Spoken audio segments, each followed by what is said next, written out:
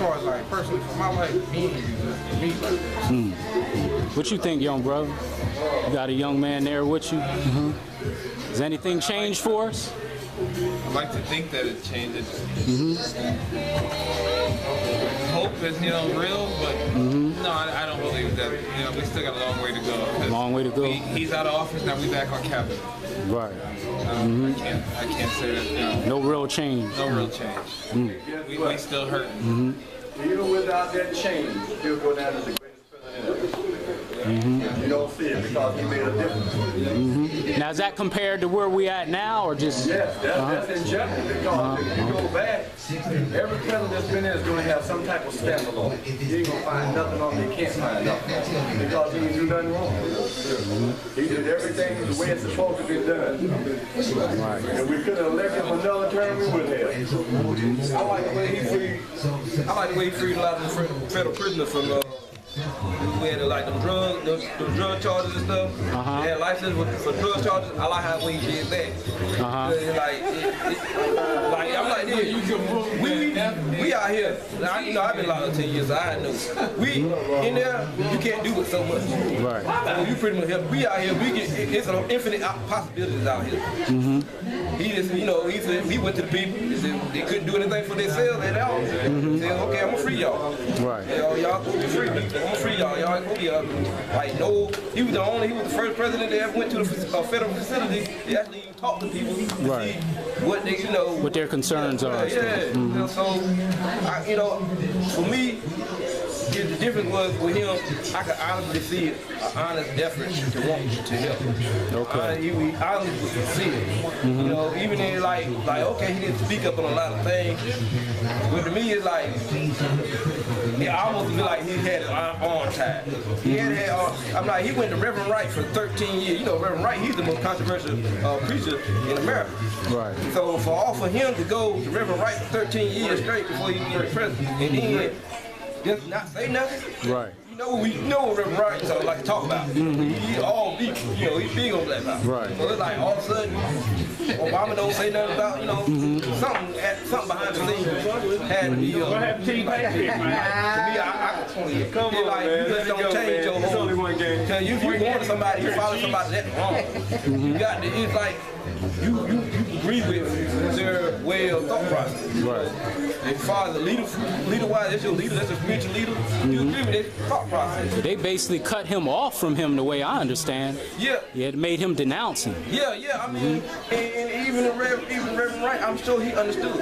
Right. He understood. Even what's his name? Farrakhan before when Obama was running. He's like, I want y'all to vote for him, even though I can't really. I can't expect him to pray. Right. Because it's going to put backlash on him. Right. So I want y'all to still go vote for Obama. So, Right. Like, it is what it is. Appreciate it, man. All right. Another question. I'm gonna go down here. Come on, Najee. Hey, brother. Got one more question for you, brother. Again, man, this is I'm gonna link you up with this. It's called the Hour of Power. It's my YouTube channel. I'm gonna link you up with it so you can get this. If you can go back far in history as you can you think of any individual or group that had the best program to free us as a people? Any individual or group that had the best ideology to free us right now as a people, if you could bring it back. I don't know who that guy that Matthew McConaughey played in that in the jungle. But that was the best movie I've seen based on white man unifying with black people. And in that movie, he didn't think nobody deserved to be treated that way. Black or white. He didn't think that you should have been a slave. You can't nobody tell you what to do. Every man was a man with himself. But like I said, whoever he portrayed in that character, and like I said, it's called the Free State of Joe, that's who I think would have done it. But again, they rebelled against him because of a white man not standing with the white man. Of course, they killed him out the same way. That's when they integrated that law where They said at that point in time, you came to find out you had a son. And the son was mixed because she had a black mother. So that's when they passed the law that you had 5% black blood in you instead of black. Wow, I have to look that up, man. I'm not a big movie person. Yeah. You just trust me. Look at the Free State of Jones. Free State of Jones? Okay. Everyone out there, he gave it to you. All right, brothers. Check this question out. If you can go back far in history as you can you think of any individual or group that had the best program to free us today if they was here? If you can go back far in history as you can, far back. Any individual or group that had the best ideology to free us today, who do you think that would be? Yeah, that's a real good question. I'm not going to say no names because I don't want to sway your opinion. I was about to say Malcolm X and Nat Turner, man. Malcolm X, Nat Turner? Okay. I like to What you think, brother? You understand the question, right? Yeah, I understand the question. Who had the best ideology To free us. if you had between Marcus Garvey and Black Panthers. Wow. I really because of their the time frame between them is so the difference was going on between the time frame. I kind of So you got the 1830s with Nat Turner, and then you got going into the 20th century with Marcus Garvey. no, I was saying as far as Marcus Garvey and Black Panther. Oh, the Black Panther. Yeah. Oh, okay, yeah. So you're talking about the late 50s, 60s with the Black Panthers. Right. Marcus Garvey transitioned in 1940. Right. So he was already gone way before they came. Right. See, you got more with the Black Panther coming along. It was more political. Good person. Yeah. Oh, okay. Yeah. Well, let's get him on. Yeah. How you doing? I was just about to say we missing him. Yeah. But we I like it because Black Panthers were more dealing with the modern ideology that was going on as far as feeding the communities. They were bringing a lot of grants. They were using the government. They was able to obtain government money and get grants to feed people and programs and build up the community with businesses and stuff like that. And I think that's what we're like, okay, the FBI was like, okay, we got to tear that down. You got to tear it down. Here you got like the government really put a lot of stress on trying to tear a certain group down. You know it's dangerous. Or if they blocking you from speak somewhere and demonize you. Well, since you mentioned Marcus Garvey, actually, he said they'll make your friends seem like your enemies and your enemies seem like your friends. Yeah. Yes, sir. I know, I forgot a lot of the history when it comes to Marcus Garvey. I did study for a while, the pandemic happened in this. Right. Everybody going back. And it was all right, but then I was like, at the end of the day, this land right here, this is what all it's about is. You know what I'm saying? Because really, people don't even really recognize that a lot of maybe half of us probably was here already. It's like they didn't want to even make it like. You look up the Olympic civilization. We were here thousands and thousands of years ago. But then they tell little ones like this, young guys like this. Here's my boy Najee and Naeem. Say what's up, Najee.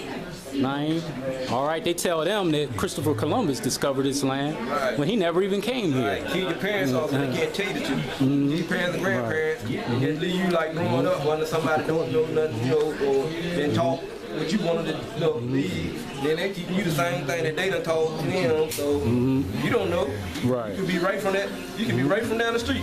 Your whole family was right down the street 200 for 300 years. You know what I'm saying? And you don't even know because you just got separated from them and everybody around you, and, the elders are dead, so you don't even know. Right. That's your land right there. You don't even know. Check this out, brothers. When you have clients come in here, because I always consider y'all more than just barbers, man. I think y'all could have like a couple titles behind y'all name. What's some of the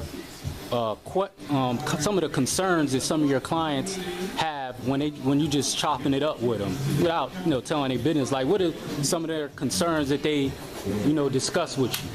Yeah, I'm about to say everything in the book. Yeah. What's like the top 2 or 3? Drugs and respect. You said drugs? Drugs and respect. What about drugs? man. What about them? One is kind of when they're readily available to our youth. We got some people that are trying to deter them. We got some that push them on. And then also with the respect to the point now where we raise them.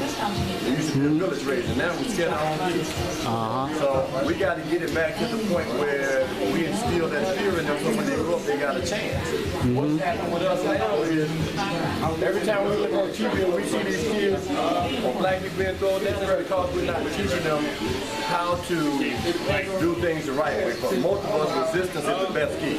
Resistance is what gets us in. But if you have most of the kids that talk a little intellect, a little intelligent, they can get away with a lot of things as far as the police come up with what's going on. If I cooperate, I can go on my business. But if I go on and throw myself out there like I'm trying to prove a point, I ain't got to prove no point, you know, that's where all the problem comes from. So in here we get everything. We get the drugs, the sex, the abuse, problems with school. And for us as scholars, we become counselors. We've always have been. Best thing in the world. Now, whether or not they listen. Oh yeah.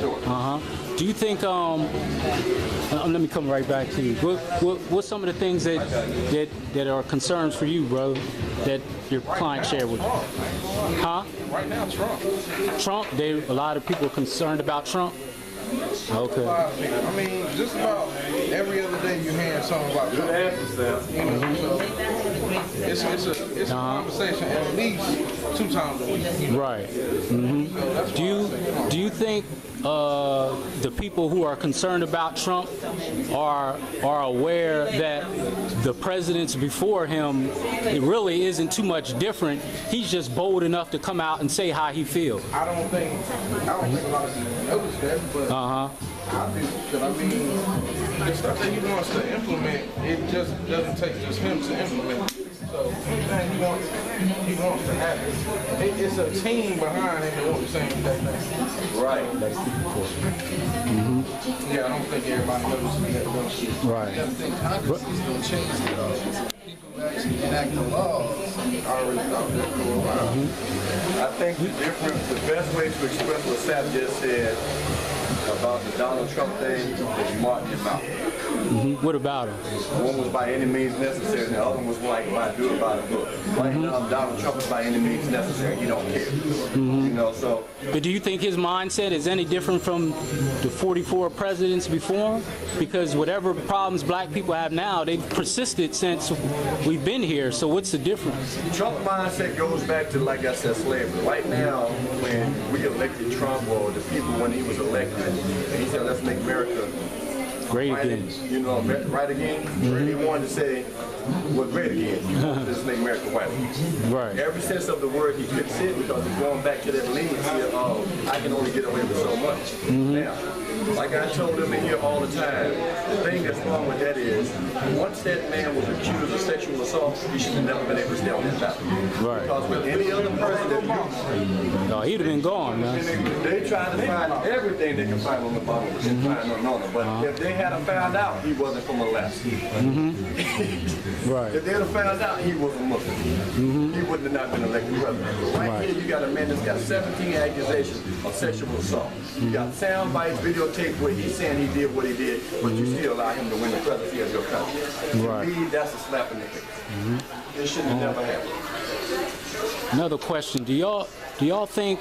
I know you may not have the direct answer for it, but you think that parents are teaching their children compassion, basic compassion and love for other people? And I say that based off of what happened to that poor sister in Chicago. I mean, I'm a counselor in the school system. I work with children that have behavior problems. That's my job. And most of them have no sense of value. They don't put no value on life. They don't have no sense of compassion. Not all of them. Well, like, how do we get to this point? When you talk about compassion, there's 2 things. I was going to bring up the same point because that would happen to that girl. If everybody else cared about her, that would happen to her. Then you go back just recently, you had a 12-year-old scorch another 12-year-old with a water pot. I heard about that. Now, where did that happen at? She was trying a hot water challenge. Compassion says them guys right there are old enough to know if it's hot water on the stove, you don't play with no water. Right. We tell them at kids that's hot. Right. And if they know the difference is hot, there's no way that guy's going to wait for that guy to go to sleep and wonder how he's going to react to that hot water. How would you react to if I poured hot water on myself? Right. What do you think, brother? You're kind of a young brother. You think parents are teaching their children basic tenets of compassion and love for their fellow brother? Not a lot, though. Not a lot of black people. Man, that's deep, man. But, Brother Kevin, I don't got you on the camera, man. What you think, man? Do you think our parents are teaching their children basic tenets of compassion based off of what happened with the poor sister in Chicago? I mean, just to set someone up, supposedly, and they rape. I think it depends on the household. It's not a lot of black people doing it. I mean, are they actually sitting them down? Okay. You got some people that's going to sit down like me. I'm going to sit down with my daughter. I'm going to tell them right and wrong. But you got some households that don't do that. You know? I think It's like we're breeding monsters, man. Did y'all see what happened in Cocoa Beach, Florida? What's the brother there? Come on, brother. No, I have it on my channel. It was a brother. It's okay. It's a brother. He was supposedly mentally ill, and he got out into a lake and he started drowning. And 4 or 5 teens recorded him drowning. It was laughing and saying, "You shouldn't have got out there." And they actually watched this man drown. This just happened last month. Y'all didn't hear about that? It's a brother who was mentally ill in Cocoa Beach, Florida, and he got out into a lake somehow because he was supposed he had some mental challenges, and he started drowning. It was some 4 teens on the bank, and they recorded it, and they recorded him drowning. He went down 2-3 times, and they was actually laughing, and then they found his body 4 or 5 days later, and they was trying to arrest him. But I studied criminal justice. It's you're not obligated really to help someone. They call it the Good Samaritan law. The only people who are really obligated to help someone is if you're a trained medical staff. Then you're obligated. I was going to ask you that when you said they wash, because the thing that comes along with that is, if Kev, me, and Sap out there, and Kev jump in the water, and Kev can't swim, you know, probably we can't swim either. Yeah. So now do you risk going in trying to save Kev with the fact or the fear of that he might pull you down? Right. This is. If I can swim, but if I can't swim, I'm not going out. This was the alarming thing, brother. They didn't even call for help, and they laughed. They laughed and mocked at him. They said, "You shouldn't have got out there. That's on you." And then they just walked away, and they didn't find his body till like 4 or 5 days later. Yeah, they didn't do it because I can't swim. I can't swim, so it wouldn't have been much I could do. But I could have called, 911 or something. They actually laughed at him, like they were watching. Yeah, they found his body 5 days later, and they laughed at him and said, "You shouldn't have got out there. We ain't helping you." So it goes back to that lack of compassion. That's my point. I mean, he actually went down 2-3 times, and he came back up, and you can hear him screaming for help. I'm like, how can you watch another human being? Here's the other question. Based on what you said, his mental disability, what was his mental capacity to the point to where, how did he wind up out here with this certain group of people? No, he was. I don't think he was with them. They just witnessed it. What was his age? I guess I'm trying to find out why he was alone. He didn't have a caretaker or nobody to provide for him to know that he shouldn't have been in a certain situation. I don't know all that. You have Ain't say nothing though. That ain't got nothing to do with why everybody else ain't say nothing. Right, they recorded like I'm recording this video. They recorded it. Well, to him, in that sense, that's what they should be charged with something, because even though he says by law you don't have to do that hero, or you got to really try to help somebody, but at the same point in time, to watch it and record it, that makes you as guilty as pushing the man in the water. Right. And not to call for help. That's the least you could do is call for help. It's wrong, but legally it's not wrong. Right. Well, these country, like when there's a court case, I tell people all the time, because my undergrad is in criminal justice, a court case here in America has nothing to do with morality. It's who can debate better. Yeah. It's who can debate better. Whoever can debate better and throw the other one under the bus, that's who's going to win the case. It ain't about morality, who's right and wrong. It's about whoever can debate better. Yeah. That's the way this country is set up. So it is what it is, man. But I'm gonna ask y'all one last Well, no, I'm gonna leave it at that, man. We're gonna do a part 2 of this. But I thank y'all for y'all time, man. Again, this is the Hour of Power with Brother Shareef at Nice and Trim Barbershop, and I'll hook y'all up with this link, and so y'all can get to it. All right, I'll leave everyone in peace. Assalamu alaikum. That means peace unto you. Thank you, brothers, for your time. Appreciate it, man.